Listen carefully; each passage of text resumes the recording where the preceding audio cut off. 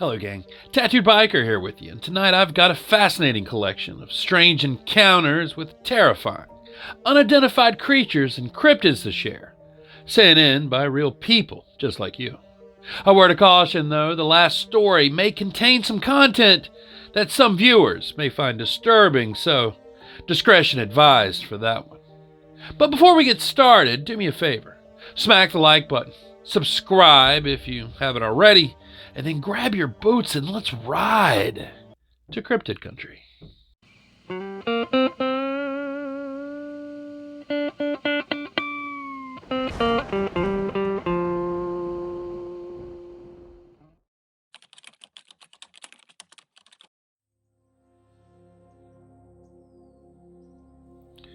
Hey, Tattooed Biker. I have a story to tell, related to me by a very good friend. He's spoken of this experience many times over the years, and it's never changed. I asked him if he could tell it to me just one more time so that I could send it to my favorite YouTube channel, one that specializes in sharing stories like his, and he agreed, as long as I kept his real name confidential. That being said, I'll just call him Dwayne here. You see, in late June 2018, Dwayne and some of his friends had just gotten off work, and since it was Friday, they decided to go camping on Bald Mountain in Sugarloaf Ridge State Park in Northern California. They got to the spot near a small creek, just off the side of the road, and set up camp. The first thing they did was get a fire going. At around 8 p.m., while just sitting around talking, they heard a knocking sound up the creek. It kept getting more and more aggressive, but they eventually just put it out of their mind. And then sometime between 2:30 and 3 a.m., while they were in their tents, they heard something walk into the camp, grunting. And that's when Dwayne saw it. He said, "It came over, and I remember seeing this silhouette on the outside of my tent, and it was huge and it terrified me. I remember it grabbing the top of my tent, and as I'm looking up, I could see these vivid yellow eyes. And it's so weird because, like the facial structure, almost reminded me of a human, but it was like a lot larger, like bigger than Shaq. I would say, because I'm 6'4", the same height as his tent, and this sucker was bending down and like grabbing the top of my tent. The creature picked up the tent a few feet off the ground and then dropped it. I started screaming at this point because I was so scared, and as I was screaming, my friend's dad came out and he took a shot. He literally shot a gun. It sounded like it went through the tent, and then you hear it go boom, boom, boom. The creature quickly moved off into the forest, and the whole group immediately began packing up to leave. As they were gathering their things, they hear a whooping sound coming from different places off in the forest. On the way out, a large rock hit the side of the car, leaving a considerable dent. Some of the people returned to the spot the next day and said they found large footprints. Dwayne claims that since then, he's heard from others who had strange experiences around that camping spot, and he didn't even think it was being frequented anymore. His grandfather also had an encounter about 4 miles from that location, and he always described the eyes as glowing yellow. Thank you for letting me share. Signed, Anonymous.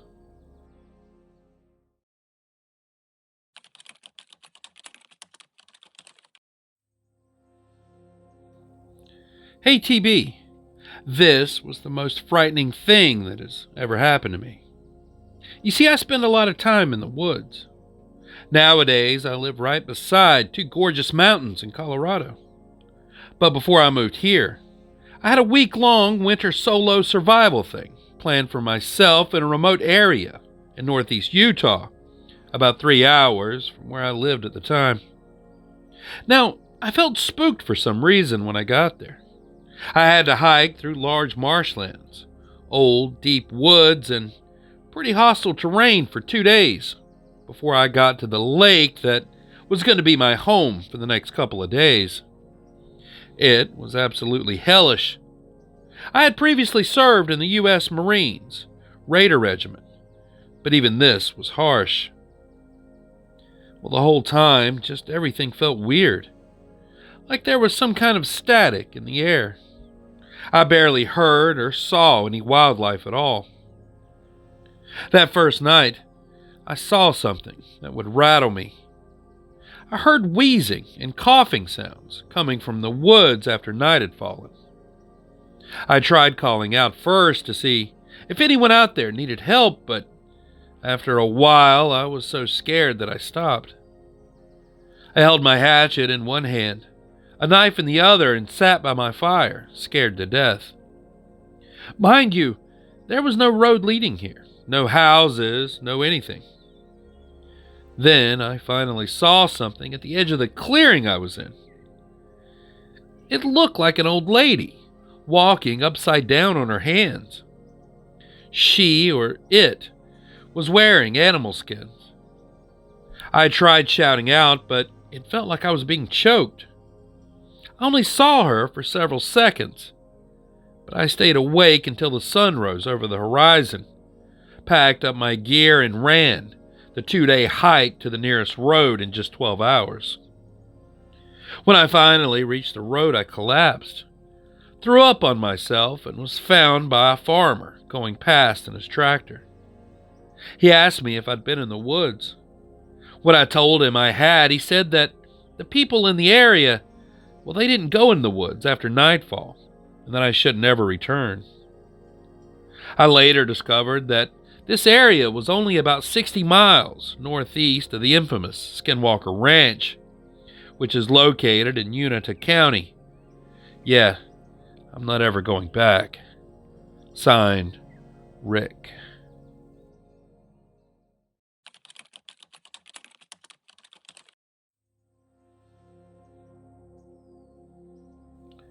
Dear Biker, there is something that I need to tell you. It was June 1944, a few days after D-Day, and somewhere in western France, a group of soldiers were ordered to watch a hill. They were in a jeep equipped with a mounted .50 caliber rifle. As they arrived on the scene, they found 3 dead German soldiers who had been absolutely torn to shreds. There were body parts everywhere, according to the witness. It almost looked like a bomb had gone off in the area.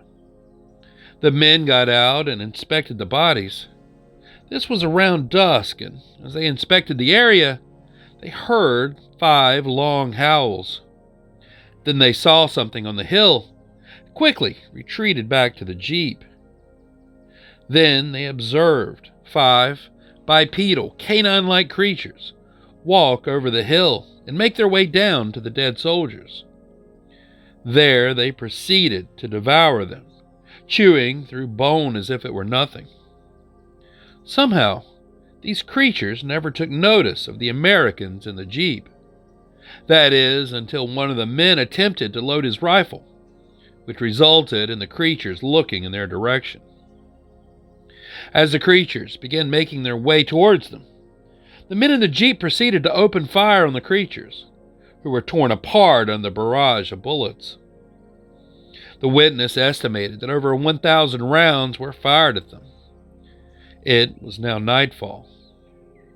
Thinking that the situation was finally under control, the men proceeded to the top of the hill where they remained talking until morning. When they went back to the area the next day to inspect the creatures in the daylight setting, they were astonished to find that there was nothing there. No creatures and no dead soldiers. The only thing they found were numerous, large, dog-like tracks.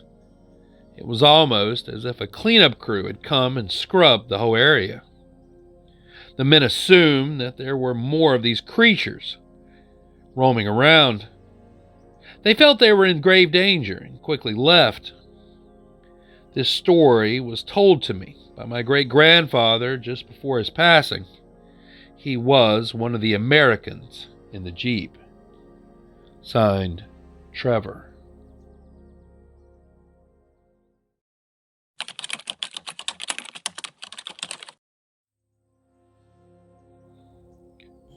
Dear Tattooed Biker, thanks for reading my email.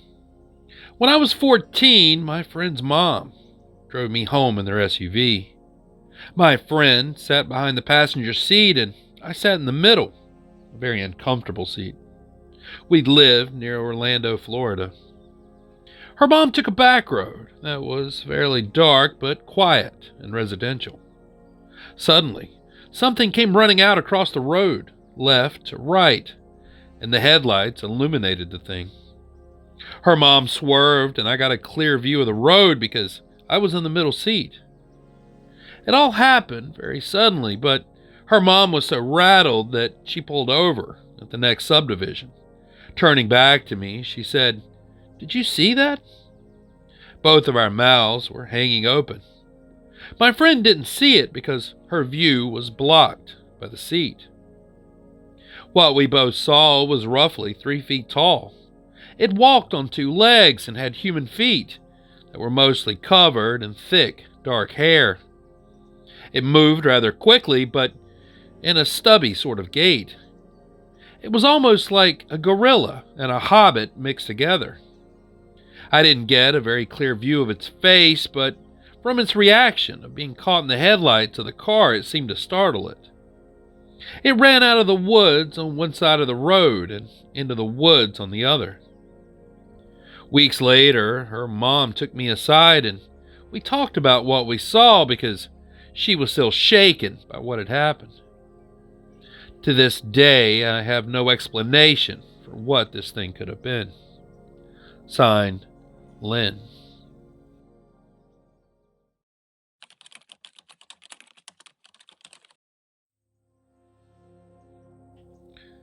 Dear Tattooed Biker, I'm a 52-year-old female, married with grown kids and 5 grandchildren now. First of all, since this encounter, I've never forgotten it. Although exactly what happened is still a mystery to me. I was around 6 years old and we lived in a trailer park in Greenville, South Carolina, in Mr. Hickham's trailer park. This would have been about 1976 or 77. All this information has been confirmed by my mom. It was a warm and sunny day and I was playing outside with my 2 older brothers. I was the youngest of 3 children. It was a day like all the others and we were playing tag or hide and go seek. I'd gone to hide and I ran around the back of our home. And suddenly, I almost ran into a humanoid praying mantis. Now at the time I thought it was just a giant insect. It's like I couldn't really comprehend what I was looking at. I felt like all the breath was taken from me. This thing was taller than my dad and it was standing next to our propane tank. Years later, when I thought about it, I tried to convince myself that maybe there was a gas leak. Anyway, back to the story. I stood there frozen in broad daylight, and this creature was just staring back at me. And then suddenly, everything is blank until I came running back into our trailer, screaming that I was hurting between my legs. My mom was so concerned that she pulled down my shorts and underwear to inspect me down there. She told me nothing was wrong and I went to sleep crying. This experience has always been with me, and this praying mantis thing has stayed in the back of my mind. And then a few years ago, I heard about this UFO sighting reported by the Highland, Illinois Police Department. Weird, I thought. We moved up there when I was 8 and moved back to South Carolina when I was 10 years old. I was telling my husband about this thing that had happened to me when I was a kid. We both laughed as I swore it really did happen. So I got curious and Googled the praying mantis aliens, and I remember it felt like I was punched in the stomach as I just sat there, looking at imagery, exactly how I saw it over 30 years ago. I showed it to my husband, and he sat there in shock.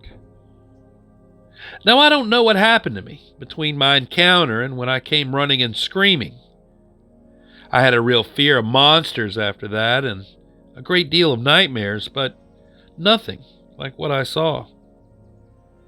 The nightmares I had were all about bloody baby dolls inside plastic bags, scooting their plastic bodies around and down the hallways, trying to get to me. Another reoccurring dream was a farmer-type man in overalls who had a pitchfork, walking by all my family members just to get to me. At the end of the dream, he would always stab me in the chest and I would wake up screaming. This dream started when I lived in Highland, Illinois. Since the experience, I was never able to give birth naturally. I always had to have C-sections. Now, my father passed away at the age of 38 from lung cancer. I was only 15 at the time. It's not been an easy life for me, but I'm a Christian, and I find comfort in God's Word. And I've tried to read more about this mantis humanoid creature, but haven't found a lot of information. Usually, when I'm reading about it, for some reason, right before bed, I always fall asleep immediately and then get nowhere. I'm reaching out because, well, I feel like this is really happening, and not just to me. It doesn't really matter to me trying to get attention. I just want to know if you or any of your viewers have heard of others like me. Sincerely, Catherine. And there it is. All the real reports of cryptid creatures and true stories of unexplained encounters that I have for you tonight. So, what did you think about these? As always, I'm anxious to read your thoughts and theories down in the comments below, but please, keep it respectful to the witnesses. And if you have an unexplained encounter that you'd like to share, just send it to the email address in the description and, well, your story may just wind up in a future video. Anyways, thank you so much for riding with me tonight. I really appreciate it. And until next time, stay curious, stay vigilant, stay safe, and I'll be seeing you on down the road a ways. Biker out.